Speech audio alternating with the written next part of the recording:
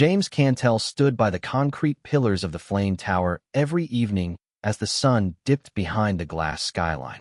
8 years old, hidden beneath a faded charcoal hoodie, he was part of the architecture, just another unfortunate the billionaire stepped around. Nobody knew he understood the Kasar dialect. His father, a man who had lived in the shadows of the State Department, had whispered the ancient, guttural language to James like a bedtime story before the accident that left James alone on the pavement. Now, James lived in the silence of the city, watching and listening. He had seen the tower's owner, Edward Flang, 100 times. Flang was sharp-jawed, impeccably tailored, and cold, the kind of man who calculated the value of a person's life in a single glance and found James worth zero. His bodyguards, Brown and Freeman, spoke the rare dialect when they thought the world was deaf. They thought they were safe. But James understood. And at 5:59 p.m. on a sweltering Thursday, he heard 3 words that made his heart hammer against his ribs like a trapped bird. Clear the primary. James looked at the sleek black sedan idling at the curb. He looked at Freeman, whose hand was already hovering near the hem of his jacket, and he knew a man was about to be erased. 5:58 p.m., 2 minutes before the end, Edward Flang stood in his glass-walled sanctuary, 60 floors above the streets. At 36, he had conquered the financial world with data-driven ruthlessness. To him, people were variables. Emotions were noise. Predictability was the only law he respected. His desk phone gave a sharp, digital chirp. It was Lawrence Freeman. Car is curbside, Mr. Flang. Perimeter is secure. Edward checked his platinum watch. 5 hours, 58 minutes, and 15 seconds. Precisely on time. He prided himself on a life without deviations. Routine was his armor. Every day, exit the lobby at 5:59, enter the car at 6 o'clock, be at the club by 6:15. His head of security, Control Brown, stood by the elevator doors, face like stone. "The board is ready for the morning briefing, sir," Brown noted. Edward didn't look up as he snapped his luxury leather briefcase shut. "I pay you to handle the board, Brown, not to narrate my schedule. Get the car door." Brown's eyes flashed with a momentary, dark heat, but he bowed his head. "Of course, sir." Edward stepped into the elevator. He had no patience for small talk, no room for empathy, and no idea that the man holding the elevator door open had already signed his death warrant. 60 seconds until departure. The wind tunneled through the glass canyons of the financial district, biting at James's ankles, but he didn't move from his spot behind the heavy marble pillar of the Flang Tower. To the thousands of workers streaming toward the subway, James was just a smudge of charcoal gray against the polished stone, a child-shaped shadow that no one bothered to acknowledge. He stayed still, clutching a half-empty bag of roasted peanuts he'd found earlier, his eyes fixed on the revolving glass doors. Life on the streets had taught James that survival was a game of timing.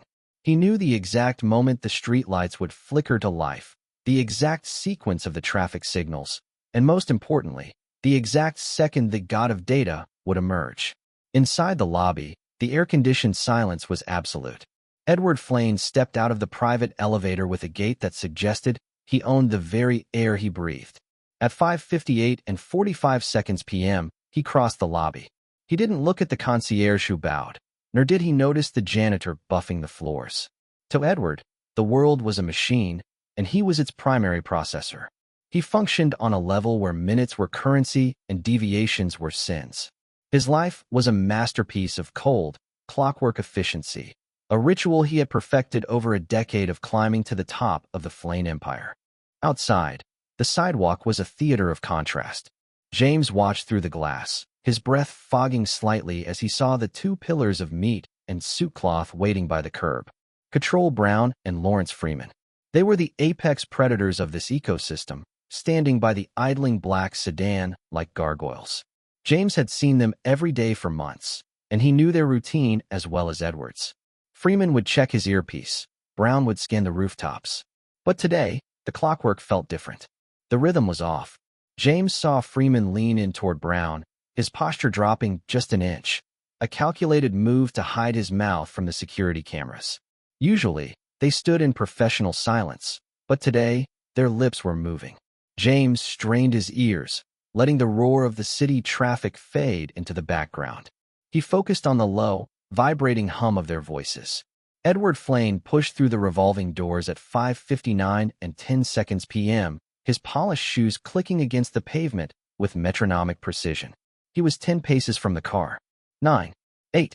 Then James heard it. A sound that didn't belong in this neighborhood.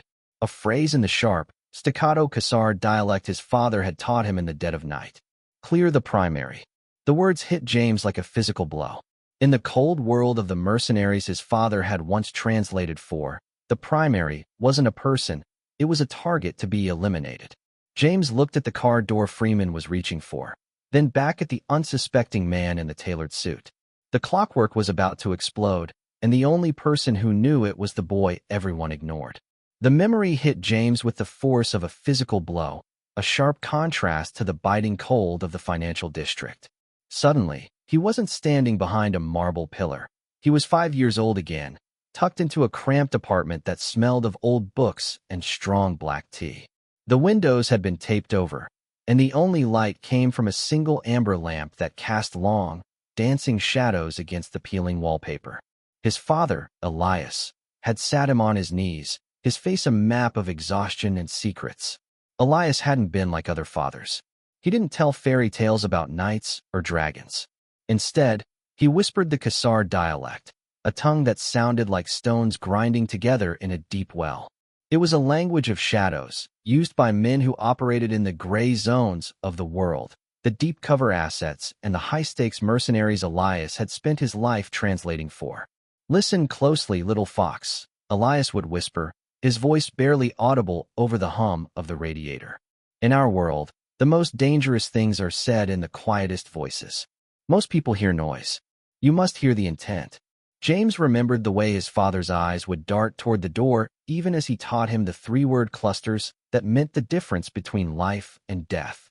He had learned the words for betrayal, extraction, and evasion before he had learned his multiplication tables. Elias had treated the language like a suit of armor he was forging for his son, a hidden gift for a boy who would one day have nothing else. Remember, James, Elias had said during their last lesson, his grip on James's shoulder tightening. Knowledge is a burden only if you don't know when to use it. But when the clock strikes the final hour, your ears will be your only shield.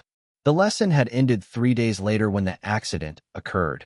A flash of heat and a screech of tires that left James standing on a rainy sidewalk with nothing but the clothes on his back and a mind full of forbidden codes. The screech of a distant taxi snapped James back to the present. The warmth of the tea and the amber light were gone, replaced by the sterile, blue-tinted shadows of Flang Tower.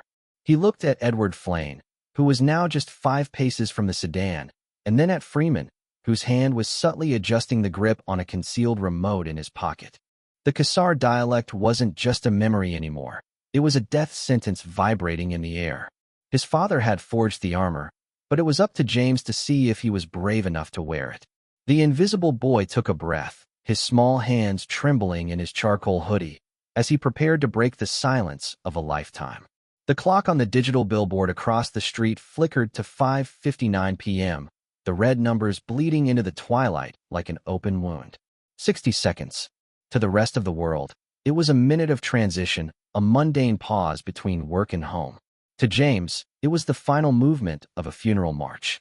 He watched from the shadows of the marble pillar, his heart drumming a frantic, uneven rhythm against his ribs. 10 feet away, Cantell Brown stood with his back to the sedan, his eyes hidden behind dark lenses, sweeping the crowd with a predator's calculated indifference. Lawrence Freeman moved toward the rear door, his fingers twitching in a rhythmic, nervous cadence against the black metal of the roof.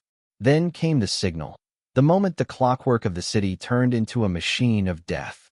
Freeman didn't look at Brown, but his voice carried through the crisp evening air, sharp and low, slicing through the ambient roar of taxis and distant sirens. "The package is primed," he muttered in that gravelly Kassar dialect. "Trigger on the latch." Brown offered a single, imperceptible nod. "Copy. The primary is at the door." James felt a cold sweat break across his brow. His father's voice echoed in the back of his mind, a ghostly whisper from the past. When they speak of the latch, the trap is already shut. He looked at the sleek, polished door of the Mercedes. It wasn't a luxury vehicle anymore. In the fading light, The black paint looked like obsidian, the tinted windows like a void. It was a coffin on wheels, rigged to incinerate anyone who dared to claim the seat inside. Edward Flang was 3 paces away. 2. He was a man of absolute certainty, moving with a confidence that suggested the world would never dare to harm him. He reached into his pocket for his phone, his eyes already drifting toward the interior of the car, as if he were already home, already safe. He had no idea that his trusted protectors were counting down his final heartbeats. James's legs felt like lead, his throat tight with a fear that threatened to choke him. He was a ghost, a street kid, a boy who had survived by never being seen. To step forward was to die. To stay silent was to watch a murder. He looked at Freeman's hand, hovering near the door handle, and then at Flang's unsuspecting profile. The red numbers on the billboard shifted. 6 p.m. The god of data reached out his hand. The guards tightened their stance, their faces masked in professional masks of betrayal. In that heartbeat, the silence of James's life shattered. He didn't think about the risk or the hunger or the cold. He only saw the trap. He lunged from the shadows, his charcoal hoodie fluttering like a flag of warning, a small, desperate blur racing toward the edge of the abyss. James moved with the frantic, desperate speed of a creature startled from the brush. The sidewalk, once a predictable grid of gray stone, became a blur of obstacles. To reach Edward Flang, he had to cross 20 feet of open ground, a distance that felt like a mile under the watchful gaze of 2 professional killers. His sneakers slapped against the pavement, the sound swallowed by the rhythmic thrum of the idling Mercedes. Control Brown saw the movement first. The bald, muscular guard didn't hesitate. To him, James wasn't a child. He was a breach in the perimeter, an anomaly that needed to be neutralized. Brown pivoted, his massive frame blocking the path like a wall of iron. He reached out a heavy, gloved hand to seize James's hoodie, his face a mask of cold efficiency. "Back off, kid," he growled, his voice a low rumble that vibrated in James's chest. James ducked, dropping his center of gravity, just as his father had taught him during those long-ago lessons on the invisible path. He skidded on the polished stone, narrowly sliding beneath Brown's outstretched arm. The guard's fingers grazed the fabric of his charcoal hoodie, nearly snagging him, but James's momentum carried him forward. He was small, he was agile, and for the first time in his life, he was loud. "Mr. Flang," he shrieked, the sound tearing from a throat that had forgotten how to scream. Edward Flang didn't turn. He was 3 feet from the car door, his hand lifting, his fingers inches away from the chrome handle that would trigger the end of his life. To Edward, the commotion behind him was just more city noise, a nuisance to be ignored. He lived in a bubble of his own making, and that bubble was about to burst. Lawrence Freeman, standing by the car door, saw James breaking through. His eyes widened, not with concern for the boy, but with the sudden, sharp realization that the invisible variable was about to ruin the perfect equation. He stepped forward to intercept, his hand reaching inside his jacket, but he was a second too late. James lunged, his small body colliding with Edward's side. It wasn't a tackle, it was an anchor. He grabbed the sleeve of the billionaire's expensive wool coat, his fingers digging in with a strength born of pure terror. The sudden weight caused Edward to stumble, his hand missing the door handle by a fraction of an inch. The billionaire froze, looking down in a mixture of confusion and burgeoning rage at the disheveled boy clinging to his arm. "What do you think you're—" "Don't," James gasped, his lungs burning, his wide, intense eyes locking onto Edward's face. "The latch," they said. "The latch is the trigger." The world seemed to stop. Brown was closing in from behind. Freeman was tensing by the car, and Edward Flang was staring into the eyes of an orphan who shouldn't have known his name, let alone the words of a dead man's code. Edward Flang's first instinct was a cold, sharp indignation. His body stiffened, his mind already formulating the scathing dismissal he used to brush away the inconveniences of the world. He looked down at the small, trembling hand clutched to his $1,000 wool sleeve, ready to shake it off like a speck of dust. But as he met the boy's gaze, the air seemed to vanish from his lungs. James didn't look like a beggar or a nuisance. He looked like a witness to an execution. His eyes were huge, frantic pools of intensity, fixed on Edward's face with a desperate certainty that bypassed the billionaire's logic and struck directly at his survival instinct. The boy leaned in, his small frame trembling against the rush of the evening wind, and cupped a hand around his mouth. The whisper was barely a breath, but it carried the weight of a thunderclap. "Clear the primary," James hissed. Edward froze. The world around him, the honking of taxis, the distant siren, the hum of the city, fell into a sudden, terrifying vacuum. Those were not words a street child should know. They were military-grade jargon, a phrase Edward had heard only in high-level security briefings and dark web intelligence reports. But it was the language they were spoken in that chilled his marrow. James hadn't used English. He had spoken in the sharp, clicking phonetics of the Kasar dialect, a language Edward knew to be the preferred tongue of the global mercenary underworld. Edward's hand, still hovering inches from the chrome door handle of the Mercedes, began to shake. He looked at Lawrence Freeman, his trusted driver of 4 years, and saw the man's knuckles whitening as he tensed to lunge. He looked at Cantell Brown, who was closing in like a silent shadow, his hand disappearing into the breast of his jacket. For the first time in his adult life, Edward Flang didn't see the world as a series of manageable data points. He saw it as a minefield. The realization shattered his composure. His brows shot up, his mouth parted in a silent gasp, and his grip on his leather briefcase tightened until his joints ached. He looked back at James, searching the boy's face for a lie, but he found only the raw, unfiltered terror of a child who knew exactly how much blood was about to be spilled. "The latch," James whispered again, his voice cracking with urgency. "They said it's the trigger." The precision of the detail was the final blow. Edward's analytical mind connected the dots with agonizing speed. The routine, the predictability, the package Freeman had mentioned. He wasn't entering a car. He was stepping into a furnace. He looked at the boy, this invisible shadow he had walked past 100 times, and realized that the only person in the city who wasn't trying to kill him was the one person he had never bothered to see. The stillness of the financial district shattered in a heartbeat. As the 3 words hung in the air, the professional mask on Lawrence Freeman's face didn't just crack. It vanished, replaced by the lethal snarl of a cornered predator. He saw the recognition in Edward's eyes and knew the window for a clean accident had slammed shut. His hand, already poised near his waistband, blurred into motion as he reached for the suppressed pistol tucked beneath his charcoal blazer. "Now!" Freeman roared, the command ripping through the evening air in that same jagged dialect. Beside him, Cantell Brown exploded into action.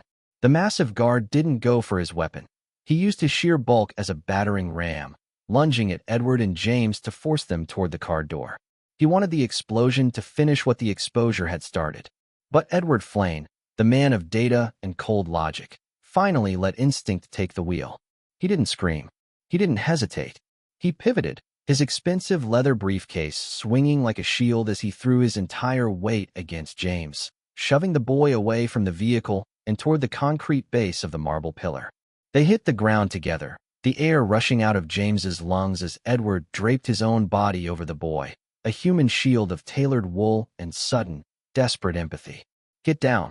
Edward's voice was no longer a cold drone. It was a raw, primal command.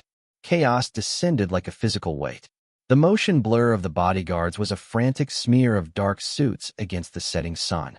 Freeman's hand touched the remote in his pocket, his thumb hovering over the detonator, but a sudden surge from the evening crowd, panicked bystanders beginning to realize something was wrong, distracted his aim for a split second. Brown was mid-stride, his heavy boots skidding on the polished stone as he tried to correct his course, his hand finally emerging from his jacket with the cold glint of steel. The precision Edward so loved was gone, replaced by the jagged, terrifying geometry of a street fight. Taxis braked with a deafening screech, tires smoking, as drivers honked in a mindless chorus of alarm. From the shadow of the pillar, James looked out through the crook of Edward's arm. He saw Freeman's thumb press down. He saw the tiny red light on the car's door handle flicker once, twice. The world seemed to stretch, the sounds of the city fading into a high-pitched ring as the mechanical heart of the trap prepared to beat its last. The invisible boy and the fallen titan were pressed against the cold stone, 2 strangers bound together by a secret language in the impending roar of the abyss. The sound wasn't a roar. It was a sharp, pressurized thud that vibrated through the very marrow of James's bones. A jagged tongue of orange flame licked out from beneath the Mercedes, followed by a concussive wave of heat that shattered the sedan's reinforced windows. The luxury car, once a symbol of Edward Flane's untouchable status, groaned as its suspension collapsed, a thick, oily plume of black smoke billowing into the evening sky. Edward didn't look at the fire. His eyes were locked on his leather briefcase, which had been blown 10 feet away during the struggle. It lay on the pavement, its corner charred and smoking, a silent testament to the proximity of his own death. If he had reached that car door, he wouldn't be breathing. He would be part of the wreckage. Beside the burning car, the world had turned into a theater of the damned. Lawrence Freeman, caught in the edge of the blast he had triggered too early, was sprawled on the asphalt, his face a mask of shock and agony as he clutched a shredded forearm. Control Brown had frozen, his pistol halfway out of his holster, staring at the smoking ruin of the vehicle. The clean assassination had become a public massacre, and the professional silence they relied on had been replaced by the screams of panicked pedestrians. "Stay down," Edward commanded, his voice trembling with a rare, raw emotion. He kept his arm hooked firmly around James, pressing the boy into the shadow of the marble pillar. James could smell the acrid scent of burning rubber and high-grade explosives. He watched as the god of data reached into the debris and pulled out his phone, not to check a spreadsheet, but to call for a different kind of extraction. Edward's gaze shifted from the burning car to the man who had been his head of security for 4 years. Brown's eyes met Edward's, and for a fleeting second, the guard considered raising his weapon. But the sheer, cold fury in the billionaire's eyes, a look that promised a fate far worse than death, made the massive man falter. Sirens began to wail in the distance, a rising chorus of blue and red lights reflecting off the glass towers. The invisible variables of the city, the traffic, the crowds, the orphan, had broken the perfect equation of the hit. James looked at the smoking briefcase and then at Edward, who was looking at him with an expression that was no longer distant or clinical. The 3 words had done more than save a life. They had stripped away the armor of a tycoon, leaving him standing in the smoke, finally vulnerable, finally seeing the world for what it truly was. James Cantell wasn't a shadow anymore. He was the only truth left in the clearing smoke. The sun rose over the city the following morning, bleeding gold across the glass facade of Flang Tower. But the man who stepped out of the black SUV was not the same one who had nearly died the evening before. Edward Flang walked with his head up, his eyes scanning the sidewalk not for threats, but for the reality he had ignored for too long. Behind him, the remnants of his old life were being purged. The security floor was silent, the corrupt guards were behind bars, and a new, vetted team stood at a distance, instructed never to interfere with the boy at Edward's side. James moved differently now. He was still small, still clad in a hoodie, though this one was clean, high-quality wool that matched the charcoal of the shadows he used to inhabit, but his posture had lost its desperate hunch. He walked beside Edward, not behind him. They were an unlikely pair, the titan of industry and the orphan of the streets, bound by a secret language and a debt that could never be fully repaid. Edward had spent years building an empire out of numbers, thinking that total control was the only way to survive. He had been wrong. Survival wasn't about the data you could see. It was about the truth you were willing to hear. He looked down at James, who was quietly observing a group of foreign investors gathered in the lobby, his young ears already picking through the noise of their hushed, strategic whispers. "What do they say, James?" Edward asked, his voice low and devoid of its former coldness. James listened for a heartbeat, his mind translating the rapid-fire dialogue with the ease of a master. "They aren't here for the merger, Mr. Flang. They're talking about the land rights in the north. They think you don't know the value yet." Edward felt a ghost of a smile touch his lips, a rare, genuine expression. "Then we shall have to educate them." The god of data had found his most vital detail. He didn't just provide James with a room in his penthouse or a seat at his table. He provided him with a future. He became the guardian the boy had lost, and in return, James became the ears of the Flang Empire, a secret weapon that no rival could ever account for. As they entered the elevator together, Edward reached out and placed a firm, protective hand on the boy's shoulder. The doors slid shut on the old world of arrogance and isolation. Edward Flang had finally stopped looking through people, and for the first time in his life, he liked what he saw. The invisible boy was finally home, and the empire was no longer just a business. It was a family.